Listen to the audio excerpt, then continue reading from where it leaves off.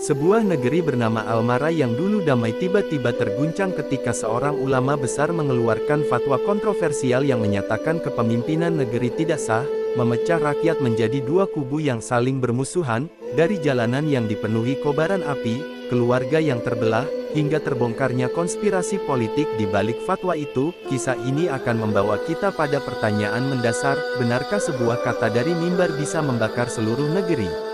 Jangan lewatkan cerita penuh intrik, air mata, dan kebenaran yang pahit ini, dan sebelum kita mulai, jangan lupa subscribe channel Ruang Tafsir, nyalakan loncengnya, agar kamu selalu jadi yang pertama mendengar kisah-kisah penuh makna lainnya. Api dari mimbar. Di negeri fiktif bernama Almara, azan sore berkumandang lembut, biasanya menjadi tanda damai bagi rakyat yang hidup berdampingan meski berbeda mazhab dan tradisi. Namun, pada hari itu, udara terasa lain, seolah ada sesuatu yang berat menggantung di langit.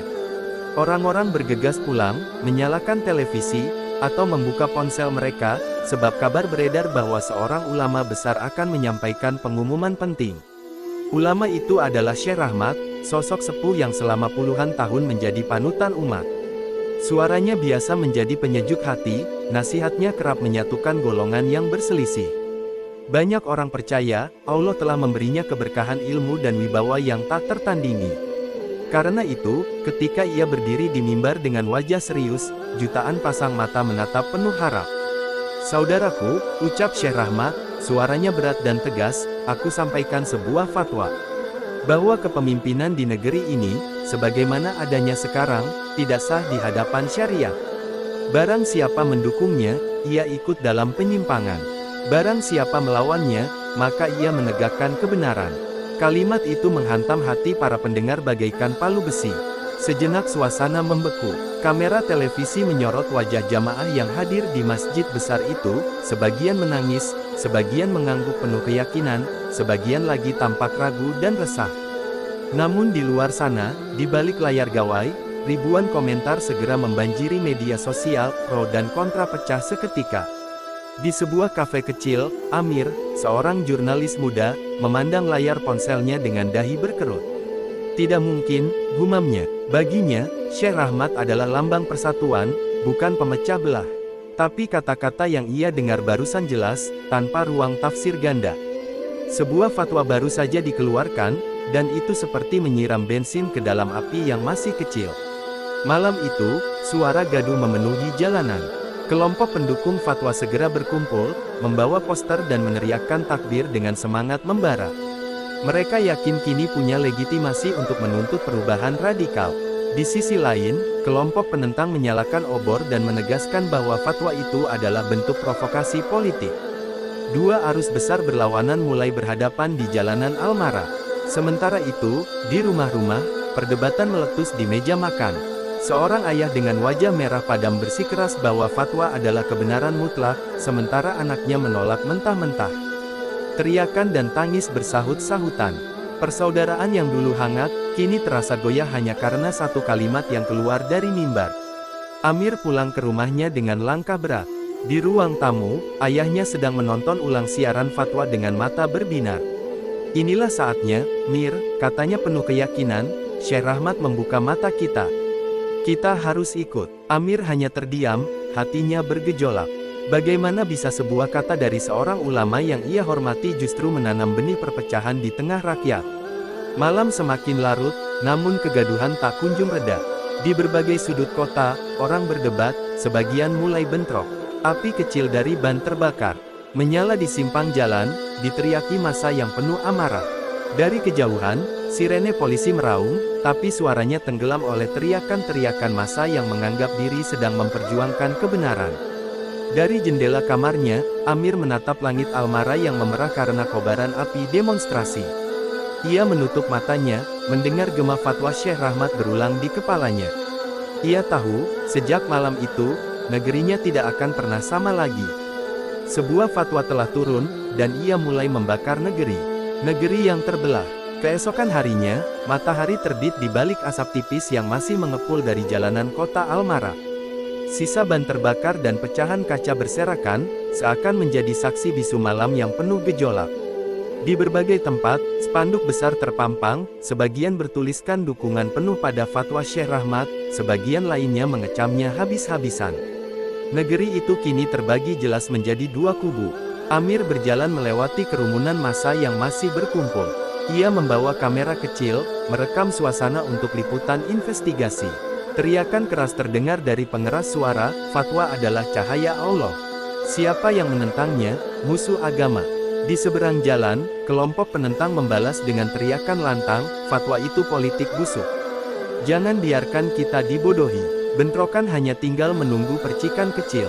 Di rumah Amir sendiri, perpecahan sudah nyata. Ayahnya duduk di kursi dengan wajah penuh semangat, mengulang-ulang isi fatwa sambil menyalakan televisi. Ini perintah agama, Mir. Kita tak boleh ragu, katanya. Namun, kakak Amir, Farhan, berdiri dengan wajah murka. Ini gila, kita dijadikan pion dalam permainan kekuasaan. Syekh Rahmat bukan lagi penyatu umat, beliau diperalat. Suasana keluarga pun tegang, hampir tak bisa lagi menahan benturan ego. Amir hanya bisa berdiri di tengah, merasa seakan-akan rumahnya adalah cermin kecil dari negeri yang sedang terbakar. Ia mencatat semua dengan hati berat, sadar bahwa liputannya bukan lagi sekadar berita, melainkan kisah pahit bangsanya sendiri. Malam itu, Amir mendapat pesan dari seorang narasumber anonim. Jika kau ingin tahu kebenaran di balik fatwa, temui aku di Pelabuhan Lama. Tanpa pikir panjang, Amir pergi dengan hati berdebar. Dalam bayangan kepalanya, ia yakin ada sesuatu yang lebih besar dari sekadar keputusan seorang ulama. Di pelabuhan yang sepi, Amir bertemu seorang lelaki tua berwajah tirus. Lelaki itu mengaku pernah menjadi bagian dari lingkaran dekat Syekh Rahmat. Dengan suara berbisik ia berkata, Syekh Rahmat sebenarnya tak ingin mengeluarkan fatwa itu. Ada tekanan, ada tangan politik yang mengatur. Kata-kata itu membuat darah Amir berdesir, seolah kepingan puzzle mulai menyatu. Sementara itu, di pusat kota, massa pendukung fatwa mulai bertindak lebih keras. Mereka menyerang kantor organisasi yang menolak fatwa, memecahkan jendela, dan membakar dokumen. Polisi mencoba melerai, tapi jumlah mereka kalah jauh. Jeritan dan tangisan terdengar di udara malam, menambah panjang daftar luka yang harus ditanggung rakyat Almara. Di sisi lain, kelompok penentang tak tinggal diam. Mereka membalas dengan aksi balasan, merusak baliho yang memajang wajah Syekh Rahmat, dan menyerang toko-toko milik pendukungnya.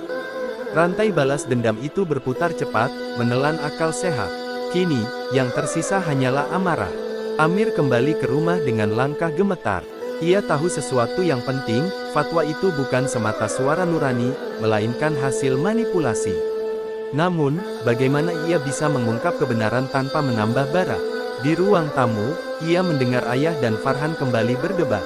Suara mereka meninggi, lalu pintu dibanting keras. Amir menutup wajahnya dengan kedua tangan. Persatuan bukan hanya hancur di jalanan, tapi juga di dalam rumahnya sendiri. Malam itu, dari balkon kamarnya, Amir menatap langit Almara yang memerah lagi oleh api bentrokan. Suara sirene dan teriakan terdengar bersahut-sahutan. Ia merasakan sesuatu yang lebih mengerikan dari sekadar kerusuhan, bangsanya sedang runtuh dari dalam. Dan ia tahu, jika kebenaran tidak segera terungkap, negeri ini akan tenggelam dalam perang saudara yang tak terhindarkan. Bara yang tak padam.